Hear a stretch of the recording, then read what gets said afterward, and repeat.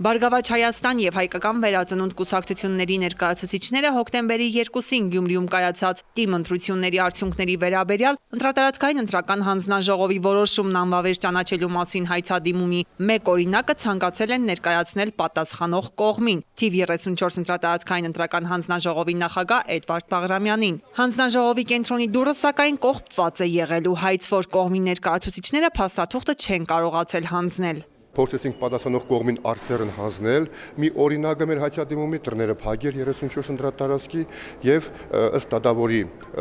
հրանգի մենք հիմա պոչտայով ուղարկում ենք եւ հայցադիմումը արդեն ըստ այդ կդրոնի որ ուղարկել ենք հանձնում ենք վարչական դատարան։ Այնուհետ համապատասխան հայցադիմումով նրանք ներկայացել են վարչական դատարան։ Պահանջը մեկն է ու անփոփոխ։ Պետք է անվավեր ճանաչել թիվ 34 ընտրատարածքային ընտրական հանձնաժողովի կայացրած որոշումը, ըստ որի Բարգավաճ Հայաստան և հայկական վերածնունդ կուսակցություններից ըստ նրանց խլվել է մեկական մանդատ ու տրվել Բալասանյան դաշինքին։ Թիվ 34 ընտրատարածքային ընտրական հանձնաժողովի 09-10 ամիս 2016 թվականի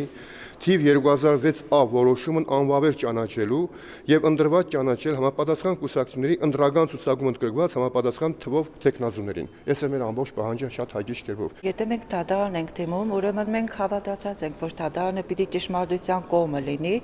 իսկ հենց այդ ակնկալիքներով ենք դիմում, որովհետեւ մենք մեր պարտքն ենք համարում մեզ ընձեռված վստահությունը քաղաքացու կողմից իկադարացել եւ հուսախաբ չանել։ Հոկտեմբերի 10-ին կայացած առաջին ավագանուն նիստին համատեղ հայտարարության տակ ստորագրած 3 քաղաքական ուժերը ներկա չեն գտնվել։ Չեն մասնակցի նաև ավագանուն մյուս նիստերին այնքան ժամանակ, մինչև իրենց բողոքի ձայնը տեղ չհասնի։ Սահմանադրություն մայր օրենքը, որտեղ հստակ ասում է, որ այս ընտրությունների նման որոշում, որ կայացվել է ամսու 9-ին, դրանք անօրինական են։ Եվ հույս ունենք, իհարկե ակնկալիք ունենք, որ վարչական դատարանը ընդունելով հիմք այս մեր բոլոր արած մեջբերումները օրենքի սահմաններում այս որոշումը կկասեցնի։ Եվ իհարկե հուսով ենք, որ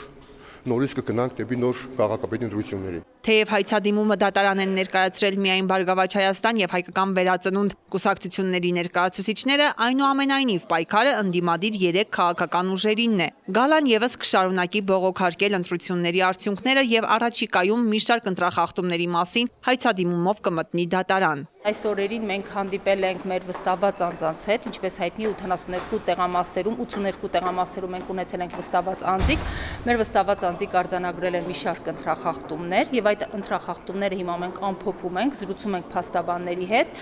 ամենայն հավանականությամբ կդիմենք դատարան։ Անկախ այն բանից, թե գործն ինչ ընթացք կստանա եւ ինչ բնույթի վճիռ կկայացվի վարչական դատարանում, հայցվոր կողմը չի պատրաստվում ընկրկել։ Իհարկե վարչական դատարանից հետո կա նաև սահմանադրական դատարան, ամեն ինչ ըստ իր ընթացքի կտեսնենք, հաճելի կլիներ, որ հենց առաջին քայլը դրական ընթացք ունենար։ Ինչ վերաբերում է առաջիկայում նախատեսված հետագա քայլերին, ընդդիմադիր 3 ուժերը վճռական են տրամադրված։ Նախ պետք է ետ դարձնեն մեզանից խլած 2 մանդատը, դրանից հետո նոր միայն կհստակեցվի քայլերի հաջորդականությունը, ասել են նրանք։ Ալա Բաղդասարյան, Խան Հովհաննիսյան, այսօր։